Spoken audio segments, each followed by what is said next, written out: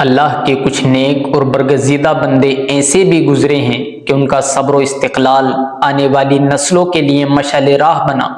انہی میں سے ایک امام بخاری رحمۃ اللہ علیہ ہے۔ امام بخاری رحمۃ اللہ علیہ کا شمار امت مسلمہ کے سب سے بڑے محدثین میں ہوتا ہے، جنہوں نے اپنی زندگی کا ایک ایک لمحہ حدیث رسول صلی اللہ تعالیٰ علیہ وسلم کو جمع کرنے اور صحیح اور ضعیف روایات میں فرق کرنے کے لیے وقف کیا۔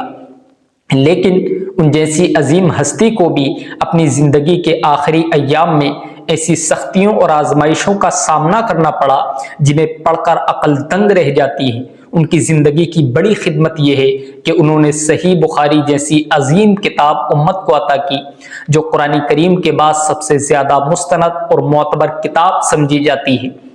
لیکن افسوس کہ ایسے عظیم محسن پر بھی زمانے کے حکمرانوں نے ظلم کیے اور ان کی عزت و عظمت کو برداشت نہیں کیا۔ امام بخاری رحمۃ اللہ علیہ کو اپنی زندگی کے آخری ایام میں مشرقی اسلامی دنیا کے کئی شہروں سے نکالا گیا۔ نیشا پور، بخارا اور سمرقند جیسی بڑی علمی مراکز میں انہیں ایسی مخالفت اور دشمنی کا سامنا کرنا پڑا جو بظاہر ناقابل یقین معلوم ہوتی ہے، لیکن یہ سب حقیقت ہے۔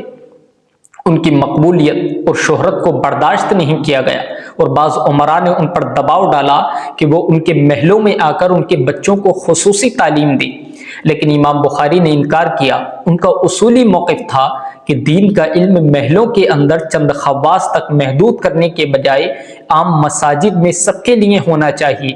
یہی انکار عمراء کے لیے باعث ناراضگی بن گیا۔ اس کے علاوہ حسد بھی ایک بڑی وجہ تھی۔ کچھ لوگ ان کی عظمت اور قبولیت کو برداشت نہیں کر سکتے تھے۔ جب امام بخاری کہیں تشریف لے جاتے تو طلباء اور عوام کا ہجوم ان کے گرد جمع ہو جاتا، دوسرے محدثین کی مجلسیں خالی ہونے لگتی۔ اس سے بعض علماء اور اہل اقتدار کے دلوں میں کینہ اور بغض پیدا ہوا اور وہ ان کی مخالفت میں بڑھتے چلے گئے۔ جب امام بخاری کی عمر 62 برس ہوئی تو نیشا پور کے حاکم نے انہیں یہ کہہ کر شہر چھوڑنے پر مجبور کر دیا کہ وہ وہاں ناپسندیدہ ہیں، لیکن امام بخاری نے صبر اور سکون کے ساتھ یہ حکم قبول کیا اور ہجرت اختیار کی۔ اس وقت امام بخاری اپنے علم اور زہد کے عروج پر تھے، لیکن اقتدار کے حامل لوگ ان کی موجودگی سے گھبرا گئے۔ نیشا پور کے بعد وہ اپنے آبائی شہر بخارا پہنچے تو اہل شہر نے ان کا عظیم الشان استقبال کیا۔ لوگ ان کی آمد پر خوشی سے بے قابو ہو گئے۔ طلباء اور اہل علم ان کے گرد جمع ہونے لگے، لیکن یہ منظر بھی بعض حاسدین کو برداشت نہیں ہوا۔ بخارا کے حاکم کو بھی ان کی شہرت، عزت اور مقبولیت سے تکلیف ہونے لگی۔ جلد ہی اس نے بھی امام بخاری کے خلاف حکم جاری کر دیا کہ امام بخاری کو شہر سے نکال دیا جائے۔ نیشا پور کے حاکم کی طرف سے بھی پیغامات آتے رہے کہ انہیں بخارا میں نہ رہنے دیا جائے۔ بالآخر بخارا کے حاکم نے سخت حکم جاری کیا کہ امام بخاری کو فوراً شہر چھوڑنا ہوگا، یہاں تک کہ امام بخاری کو یہ مہلت بھی نہیں دی گئی کہ وہ اپنی کتابوں کو جمع کر کے ترتیب دے سکیں۔ امام بخاری نے 3 دن تک بخارا کے اطراف میں ایک خیمے میں قیام کیا۔ وہاں وہ بیٹھے اور اپنی کتابوں کو ترتیب دیتے رہے اور امام بخاری سوچتے رہے کہ اب کہاں جائیں۔ ان کے لیے دنیا تنگ کر دی گئی تھی، حالانکہ وہ دنیا کے سب سے بڑے محدث تھے، جن کی زبان پر لاکھوں احادیث تھیں اور جن کے علم سے امت ہمیشہ فیضیاب ہوتی رہے گی۔ لیکن دنیاوی حکمرانوں کے ظلم اور جبر نے انہیں ایک شہر سے دوسرے شہر دربدر کر دیا۔ بخارا کے بعد وہ سمرقند کی طرف روانہ ہوئے، مگر وہاں بھی سکون نصیب نہیں ہوا۔ شہر میں داخل ہونے کے بجائے وہ اس کے قریب ایک گاؤں میں اپنے رشتہ داروں کے پاس ٹھہرے۔ ان کے ساتھ ان کے ایک شاگرد اور خادم ابراہیم بھی موجود تھے، لیکن جلد ہی سمرقند کے حاکم کو بھی ان کی موجودگی گراں گزرنے لگی۔ اس نے حکم جاری کیا کہ امام بخاری کو سمرقند اور اس کے نواحی علاقوں سے فوراً نکال دیا جائے، اور یہ حکم عید الفطر کی رات جاری کیا گیا۔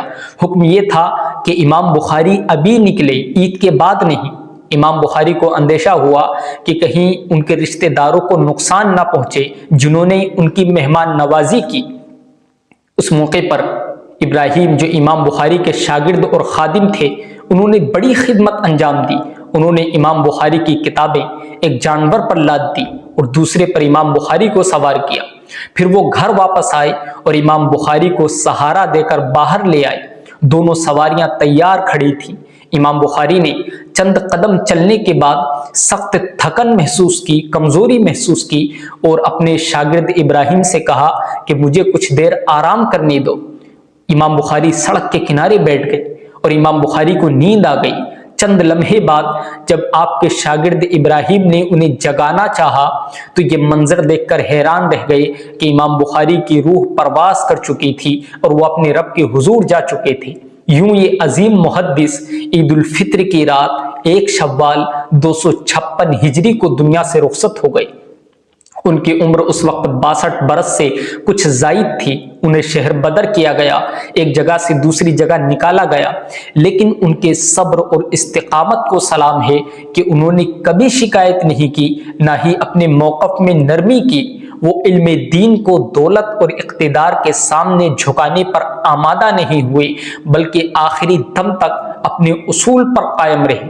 یہاں غور کرنے کی بات یہ ہے کہ آج کوئی نیشاپور کے ان حکمرانوں کا نام نہیں جانتا، نہ بخارا کے بادشاہ یاد ہیں اور نہ سمرقند کے حکمراں۔ تاریخ نے ان سب کو مٹا دیا، لیکن امام بخاری کا نام آج بھی پوری دنیا میں زندہ ہے۔ ہر مسجد میں ان کی کتاب کا درس دیا جاتا ہے، ہر مدرسے میں ان کے نام کے چرچے ہیں اور ہر عالم ان کے علم سے فیض حاصل کرتا ہے۔ یہی ہے اللہ اپنے مخلص بندوں کو آزمائشوں سے گزارتا ہے اور ان کے نام کو باقی رکھتا ہے اور ظالموں کو فنا کر دیتا ہے۔ امام بخاری کی زندگی ہمیں یہ سبق دیتی ہے کہ دین کے راستے میں مشکلات آئیں گی، آزمائشیں آئیں گی۔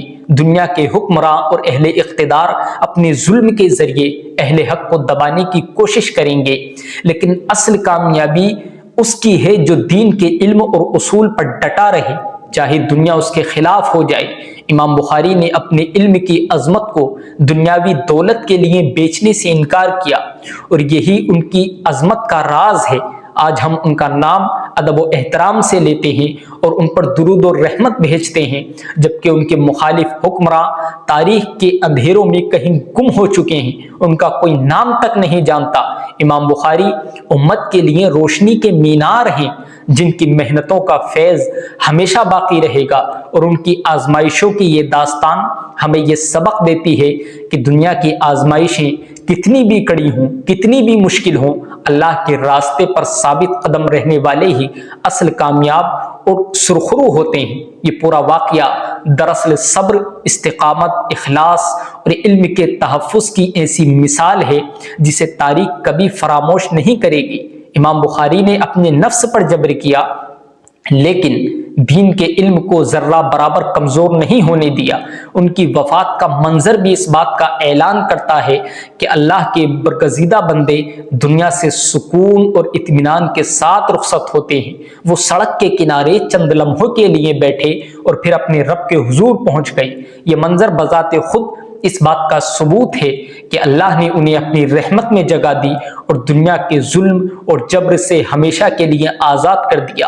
یہی اصل کامیابی ہے اور یہی اصل کامیاب لوگ ہیں، اور یہی وہ پیغام ہے جو ہمیں امام بخاری کی زندگی اور وفات سے ملتا ہے کہ نام باقی رہتا ہے تو صرف اخلاص، عمل، علم اور دین کی خدمت کا، اور مٹ جاتے ہیں وہ نام جو ظلم، جبر، حسد اور اقتدار کی بنا پر قائم ہوں۔